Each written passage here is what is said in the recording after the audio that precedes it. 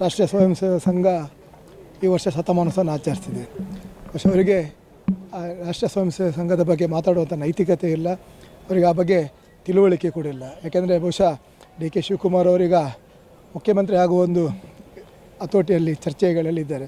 ಬಹುಶಃ ಮುಂದಿನ ವರ್ಷ ಸಿದ್ದರಾಮಯ್ಯನವರನ್ನು ಹೊರಗೆ ಹಾಕಿದರೆ ಇದೇ RSS ಗಣವೇಶ ಧರಿಸಿ ಮುಂದಿನ ವಿದೇಶ ಪಥಸಂಚಲನ ನೋಡುವಂಥ ಅದೊಂದು ಕನ್ನಡ ರಾಜ್ಯ ಜನರಿಗೆ ಒಂದು ಭಾಗ್ಯ ಸಿಗ್ಬೋದು ಅಂತ ನಾನು ಅನ್ನಿಸ್ತೇನೆ. ಇವತ್ತೆಲ್ಲ ಸಂಘದ ವಿಚಾರಣೆ ಒಪ್ಕೊಂಡು ಇಡೀ ವಿಶ್ವದ ಎಲ್ಲ ರಾಷ್ಟ್ರಗಳು ಇವತ್ತು ಸಂಘದ ವಿಚಾರಣೆ ಒಪ್ಕೊಂಡಿದ್ದಾರೆ. ರಾಷ್ಟ್ರ ನಿರ್ಮಾಣ, ವ್ಯಕ್ತಿ ನಿರ್ಮಾಣ, ಅದೇ ರೀತಿ ದೇಶ ಕಟ್ಟುವಂಥ ಕೆಲಸ ಸಂಘಟನೆ ಮೂಲಕ ಸಂಘ ಮಾಡ್ತೊಂಡು. ಅದರಿಂದಾಗಿ ನರೇಂದ್ರ ಮೋದಿ ಅಂತ ವ್ಯಕ್ತಿ ಇವತ್ತು ಸಂಘದ ದೊಡ್ಡ ಒಂದು ಪ್ರಾಡಕ್ಟ್ ಅಂತ ಹೇಳಲಿಕ್ಕೆ ನಾನು ಬಯಸ್ತೇನೆ. ಇಡೀ ಇವತ್ತು ವಿಶ್ವನಾಯಕನಾಗಿ ಅವರನ್ನು ಒಪ್ಪಬೇಕಾದ್ರೆ ಇವತ್ತು ಸಂಘದ ಒಂದು ದೊಡ್ಡ ಕೊಡುಗೆ ಅಂತ ಹೇಳಲಿಕ್ಕೆ ಬಯಸ್ತೇನೆ. ಅದರಿಂದಾಗಿ ಡಿ ಕೆ ಶಿವಕುಮಾರ್ ಅವರು ತಿಳ್ಕೊಳ್ಳುವಂಥದ್ದು, ಅರ್ಥ ಮಾಡುವಂಥದ್ದು ಭಾಳಷ್ಟಿದೆ. ಬಹುಶಃ ಅತಿ ಶೀಘ್ರವಾಗಿ ಇದೇ ರೀತಿ ಸಂಘದ ಗಣವೇಶ ಧರಿಸಿಕೊಂಡು ಮುಂದಿನ ದಿನಗಳಲ್ಲಿ ಡಿ ಕೆ ಶಿವಕುಮಾರ್ ನೋಡುವಂಥ ಭಾಗ್ಯ ಕರ್ನಾಟಕದ ಜನರಿಗೆ ಸಿಗ್ತದೆ.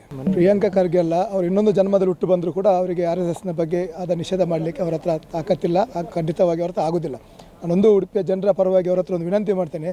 ಅವರೊಂದು ಗುಲ್ಬರ್ಗದ ಉಸ್ತುವಾರಿ ಸಚಿವರಾಗಿದ್ದುಕೊಂಡು SSLC PUCಯಲ್ಲಿ ಇವತ್ತು ಗುಲ್ಬರ್ಗ ಕೊನೆ ಸ್ಥಾನದಲ್ಲಿ ಅವರು ನಿಜವಾದ ಒಬ್ಬ ಸಚಿವರಾಗಿ ಅವರ ಕರ್ತವ್ಯವನ್ನು ಮಾಡೋದಿದ್ರೆ ಬರುವ ವರ್ಷ SSLC PUCಯಲ್ಲಿ ಪ್ರಥಮ 5 ಸ್ಥಾನದಲ್ಲಿ SSLC PUCಯಲ್ಲಿ ಸ್ಥಾನವನ್ನು ಗಿಟ್ಟಿಸಿಕೊಳ್ಳುವ ಮೂಲಕ ಇಡೀ ರಾಜ್ಯದ ಜನರಿಗೆ ಪಾಠ ಮಾಡುವಂಥ ಕೆಲಸ ಮಾಡೋದು ಬಿಟ್ಟು ಈ ಓಲೈಕೆ ಇವು ನಮ್ಮ ಮುಸ್ಲಿಮರಿಗೆ ಓಲೈಕೆ ಮಾಡೋ ರೀತಿಯಲ್ಲಿ ಈ ರೀತಿ ಹೇಳಿಕೆಗಳನ್ನು ಕೊಡೋದು ಬಿಟ್ಟು ಬಿಡಿ. ಅದರಿಂದಾಗಿ ಅವರಿಗೆ ಉಡುಪಿಯ ಜನರು ಅವರಿಗೆ ಒಂದು ಒಳ್ಳೆಯ ರೀತಿಯ ಬುದ್ಧಿಯನ್ನು ಕಲಿಸಲಿ ಅಂತ ಹೇಳ್ತೇನೆ. ಹಾಗಾಗಿ ಈ ಅಜಾನ್ ಬಾಂಗ್ ಹಾಕುವಂಥದ್ದನ್ನು ಪ್ರಥಮವಾಗಿ ಗುಲ್ಬರ್ಗದಲ್ಲಿ ಖರ್ಗೆ ಅವರು ನಿಷೇಧ ಮಾಡುವಂಥ ಮೂಲಕ ಅವರ ತಾಕತ್ತನ್ನು ತೋರಿಸಲಿ. ಅದರ ನಂತರ RSS ಬಗ್ಗೆ ಅವರು ಮಾತಾಡಲಿ. RSS ಬಗ್ಗೆ ಮಾತಾಡಲಿಕ್ಕೆ ಅವರು ಯಾವುದೇ ನೈತಿಕತೆ ಇಲ್ಲ, ಅವರು ಯಾರಿಗೆ ಅಧಿಕಾರ ಕೂಡ ಕೊಡಲಿಲ್ಲ.